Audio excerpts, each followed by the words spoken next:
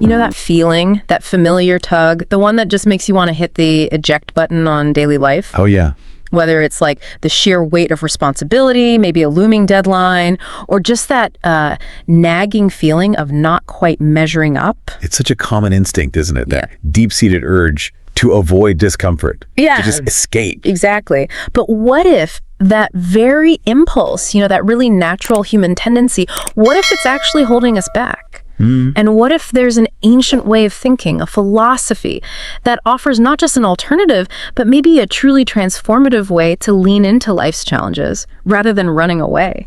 It's such a common feeling, that desire to retreat. Yeah. But what's really fascinating and maybe a bit counterintuitive is how seeking that immediate escape route, well, it can actually hinder our long-term growth. Oh, so? We miss out. Yeah. We miss the lessons, the resilience-building experiences that honestly only come from facing that discomfort. Right. And that's exactly what we want to unpack today. This deep dive is all about Stoicism. An ancient philosophy started way back in Athens. Yeah. But it feels surprisingly, even profoundly relevant to our modern stresses, our uncertainties. Absolutely. At its core, Stoicism isn't really about suppressing emotions or, becoming some kind of robot. No, not at all. That's a common misconception. It's more about rigorously focusing our energy on what we can actually control: our thoughts, our judgments, our actions, our responses. And learning to intelligently accept the rest. Yeah. Everything else. We've been digging into some really great sources for this, the classics, Seneca, Epictetus, Marcus Aurelius. But also looking at how people interpret and use Stoicism today. And the message is pretty consistent, isn't it? It really is. Avoiding those uncomfortable moments isn't just a missed opportunity. It can be a real barrier to living a more resilient, maybe even a more meaningful life. Exactly. So our mission today, if you like, is to go beyond just the popular sound bites you might hear about Stoicism. We want to explore actionable, really practical strategies that can empower you, the listener, to not just face challenges, but to actually embrace them. Yes, embrace them as catalysts for real personal development. Okay, so where do we start? We're going to begin by looking at maybe the hidden psychological triggers, the things that make us want to hit that escape button in the first place. Right. Then we'll dive into how Stoicism completely reframes challenges, turns them from obstacles into, opportunities. And we'll cover some powerful techniques, some ancient ones like prasosh, which is sort of like a focused mindfulness. Of vigilant attention, yeah. And the art of reframing things, changing our perspective. And maybe the most counterintuitive part, intentionally embracing discomfort. That's a big one. We'll also touch on the Stoic view of community. It's not just about individual struggle. Okay. And how to set goals that align with this idea of self-mastery. And finally, we'll wrap up with some daily practices, the things you can actually do to weave these ideas into your life. Sounds like a plan. So let's jump in. What are those common internal triggers? What sets off that escape response inside us? Well, that urge to escape, it often isn't just about the external pressure itself, like the deadline or the difficult conversation. It's usually rooted much deeper in how we interpret those pressures. How we think about them. Exactly. Think about feelings of inadequacy or that internal story we tell ourselves, like, I'm totally overwhelmed, or the anxiety that bubbles up when we feel like we've lost control. These aren't just surface feelings. The Stoics would argue they often stem from fundamental judgments we're making about ourselves, about the situation. Judgments we haven't really examined properly. So we kind of label something as bad or unbearable without really questioning if that's true. Precisely. We react to our initial impression, our fantasia, without checking it against reason. And that unchecked judgment leads directly to wanting to avoid the thing we've mistakenly labeled as awful. Okay, so it's less about the situation itself and much more about our internal reaction to it. That feels like a really crucial distinction. How does just recognizing that help? Well, that recognition is the first absolutely essential step for any Stoic practice.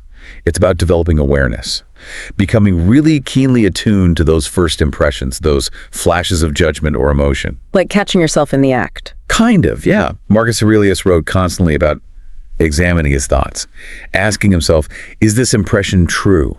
Is it necessary? Is it coming from a place of reason? Right. By cultivating that kind of radical self-awareness, what they call prasosh, that vigilant attention, we start to see that the feeling of wanting to escape isn't, automatically triggered by the situation. It's triggered by our judgment about the situation. That makes sense. It gives you a bit of space, maybe. Exactly. It creates a gap between stimulus and response. And that's the bedrock, really. It allows us to interrupt that automatic avoidance pattern we all fall into. Okay.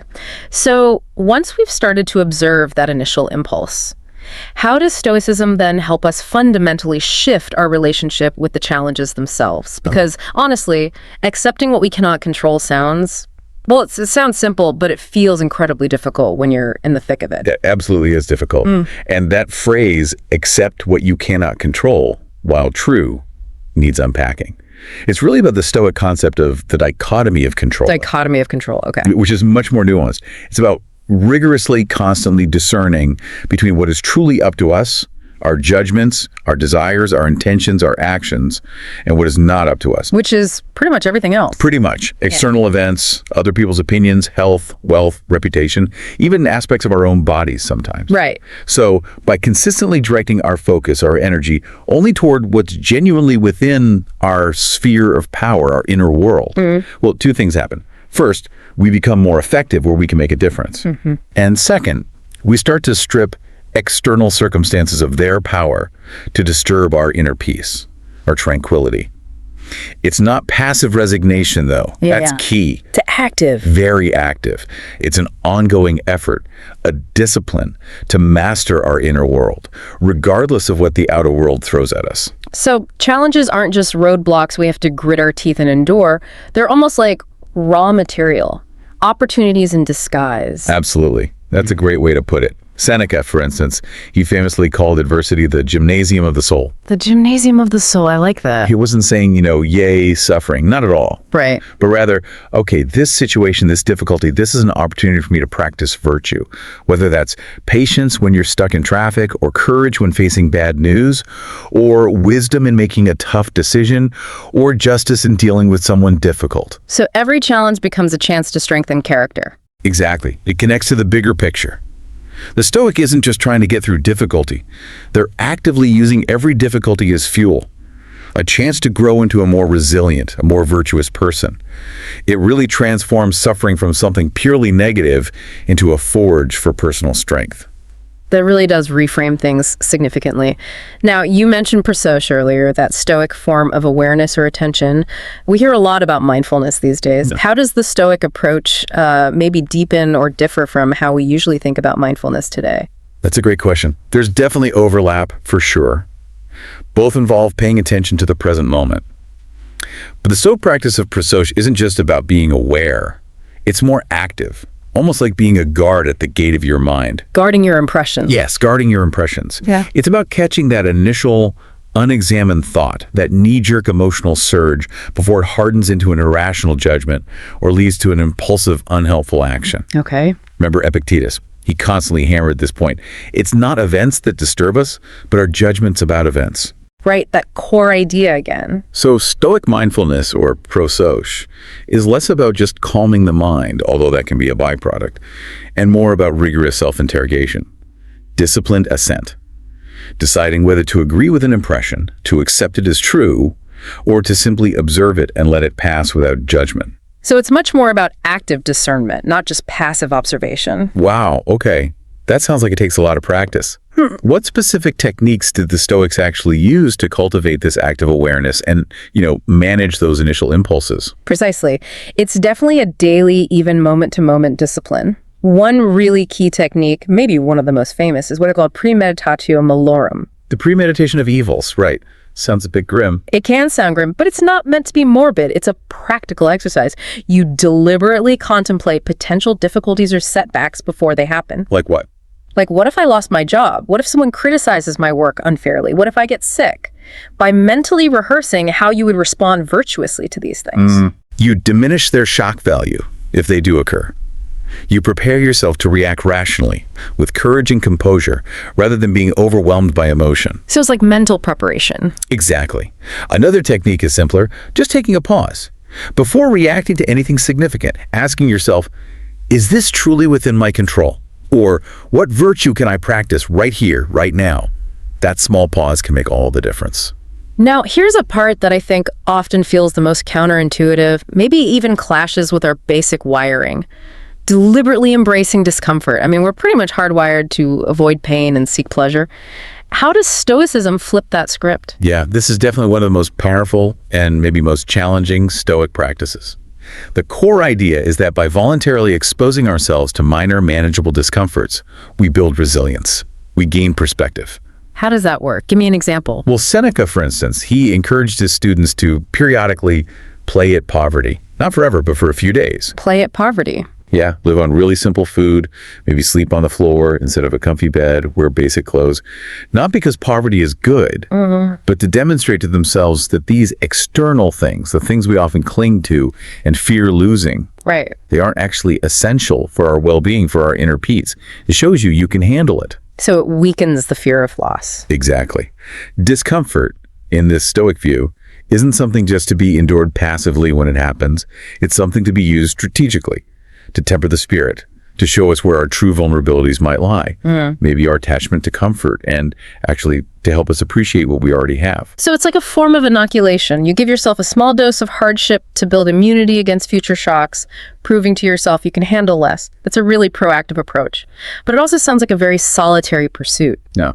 Did the Stoics believe in the importance of community? Or was it all just internal work? No, absolutely not solitary. That's another common misconception. While a lot of the work is internal, Stoicism is definitely not a philosophy of isolation. The Stoics saw humanity as a single, interconnected community. We're all citizens of the cosmos, part of universal reason, or logos. They talked about oikeiosis. Oikeiosis? Yeah, it's this idea of expanding our circle of concern, starting with ourselves, then moving outwards to our family, our friends, neighbors, our community, and ultimately, all of humanity. It's about recognizing our shared nature and responsibilities. So a supportive community isn't just like nice to have, it's actually part of the philosophy. It's a natural extension of Stoic virtue, especially justice and benevolence. Engaging in open discussion about struggles, supporting each other and practicing these principles, maybe gently holding each other accountable. It fosters a sense of shared purpose. It reminds us we're all travelers on this path, facing similar human challenges. That's a really profound aspect that often gets missed, I think, in just casual mentions of Stoicism. So how does someone actually cultivate that kind of community? And also, how does goal setting fit into this whole picture, especially if so much emphasis is on accepting what we can't control? Seems like a contradiction. Good questions. For community, it can be about actively seeking out like-minded people. Maybe it's philosophy discussion groups, online forums focused on Stoicism or personal growth, even just friends you can have honest conversations with about this stuff.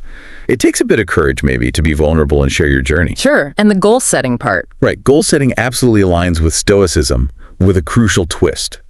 The goals must always be focused on what is within our control. Meaning A Stoic wouldn't set a primary goal to win the race, because winning depends on competitors, luck, conditions, things outside direct control. Okay. Instead, the goal would be to train diligently, to run the best race you are capable of running, to compete with integrity and effort. So the goal is the effort and the process, not the final outcome. Exactly. You set goals for your actions, your intentions, your character in pursuing something. Not for the external results, which are always subject to fortune or fate, as they might say. Okay, that makes sense. So if you want to improve your health, The Stoic goal wouldn't necessarily be hitting a specific number on the scale, which can fluctuate for reasons outside your effort, but rather the consistent practice of healthy eating, the commitment to regular exercise. Yeah. You break down those larger virtuous objectives into small, manageable steps, actions you can control today. And celebrate the effort itself. Yes. Celebrate the consistent effort, the small victories of virtuous action. That builds motivation, reinforces the positive habit, and keeps your daily life aligned with your core values, regardless of external validation or results. So bringing this all together, Well- what does this look like day to day? What are some really practical, everyday things listeners could start doing to integrate these principles to keep them active in their lives? One of the most powerful daily practices, one many Stoics wrote about, is journaling, but not just, dear diary. It's a structured reflection, often done in the evening. You might review your day, asking specific questions like, where did I act virtuously today? Where did I fall short? What impressions did I assent to without proper examination? What triggered my anger or frustration, and why? What could I do better tomorrow? That sounds like serious self-assessment. It is. It's key for continuous improvement. Another simple practice is morning preparation. Just taking a few minutes to anticipate the day's potential challenges. not to worry about them, but to mentally prepare how you intend to meet them with equanimity and virtue. That's a great way to put that premeditatio malorum into daily action. Precisely. And then in the moments of stress during the day, that brief pause we talked about, just internally asking, is this truly within my control? What's the virtuous response here? That alone can be transformative. Just creating that space again. Exactly. And maybe regularly reading or meditating on Stoic principles, not just as abstract ideas, but thinking, how does this apply to my life right now? Integrating these small, consistent practices is what transforms Stoicism from a philosophy you just read about into a living, breathing way of life. That's how you build resilience and find that inner tranquility, even when life gets chaotic. Okay, so to sort of recap this deep dive then, we've really peeled back the layers of that almost universal urge to escape, to avoid a difficulty. And it seems like Stoicism offers this powerful, really active antidote. Yeah, it really does. It's about the deep work, the consistent effort of focusing on what you can actually control: your judgments, your intentions, your actions. And developing that intelligent acceptance for what you can't. Right, and embracing discomfort, not as something inherently bad to be avoided at all costs, but maybe as a crucible for growth, a chance to build character. Definitely. Reframing challenges as opportunities to practice those core virtues. Wisdom, justice, courage, temperance. We also touched on the perhaps overlooked value of building a supportive community. It's not just an individual battle. No, that interconnectedness is vital. And setting realistic goals focused on self-mastery goals centered on your effort and intentions, rather than just the external outcomes. And finally, the real power seems to lie in those daily practices. Things like structured journaling, morning preparation, mindful self-assessment throughout the day, integrating it. Absolutely. These aren't just, interesting philosophical concepts from 2,000 years ago. They are truly actionable tools. Tools for navigating the very real complexities and anxieties of modern life. Yeah. Taking even small, consistent steps rooted in these principles. That's what's essential for cultivating genuine personal development, for building that lasting resilience. They really are pathways to a more fulfilling, more purposeful existence, I think. So maybe a final thought for everyone listening as you go about your day. Consider this.